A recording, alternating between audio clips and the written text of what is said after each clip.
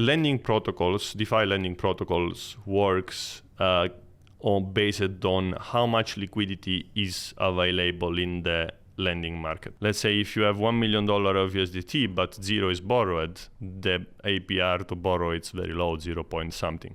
But if you have 1 million and 900,000 are borrowed, then the APR is 90%. So yes, it depends on the availability. And I'll explain why, because this is pretty cool. For us, it is always must protect who provides the liquidity, the lenders, right? And how do you do that? If all the liquidity deposited is being borrowed, it means that no one can withdraw.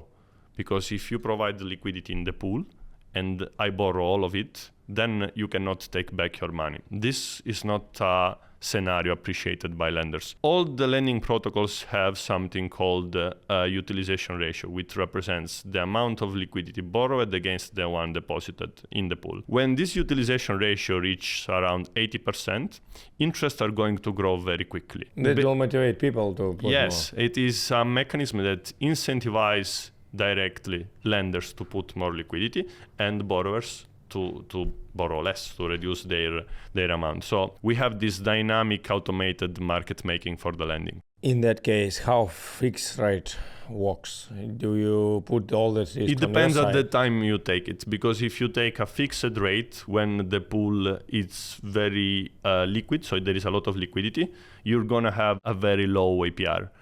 However, if the APR spikes up and there is not going back, the protocol rebalance also the fixed rate, because in the end, what we must guarantee is that all the borrowers are paying interest to all the lenders. That is simply how it works. So the interest paid by the borrower has to be at least the minimum that is given to the lenders. What are the most popular assets that people use? Collateral? Mostly all the altcoins listed.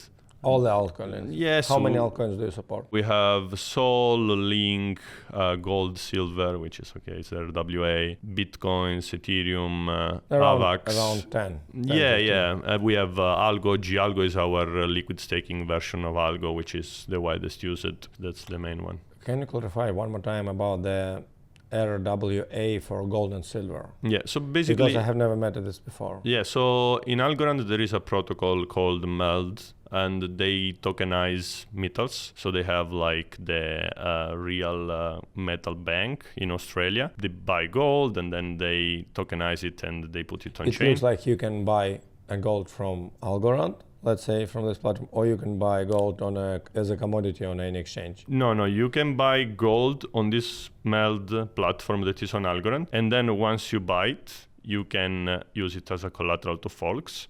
But because there is gold paired with other asset on DEXs on Algorand, you can buy simply on a DEX. So you don't need to go through the KYC process to buy gold. So you just buy permissionless and lock it permissionless. It's very simple. It's very powerful. A real gold. Yeah.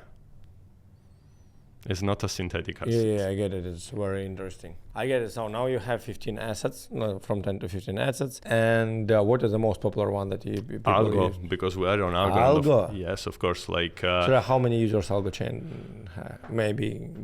For us, it's about 11,000 active monthly users. They are between swaps, lending, different tools. If you want to start your journey in DeFi today, let's imagine you don't have so much experience in this field. From where do you start? I think I will start from Folks Academy. I've been having a lot of good feedbacks from non-Web3 users at all, that they learned pretty good how to start. And also my suggestion would be to use testnet funds, not to start with the mainnet, of course, because it's your money. But in general, you can do everything you want on a testnet. Yes. Okay.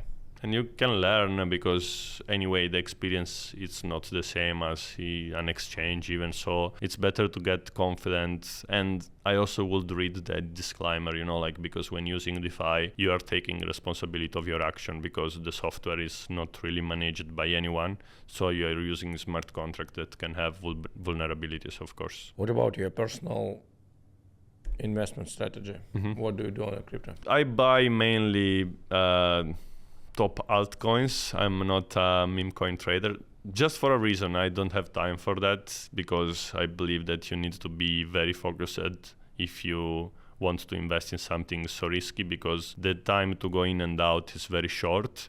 So if you don't dedicate really time on your trades, you end up losing your money. So I prefer to invest long term and something that I believe that it's technologically going to go up. Hey, if you like this video, don't forget to watch a full episode and also check the links in the description below.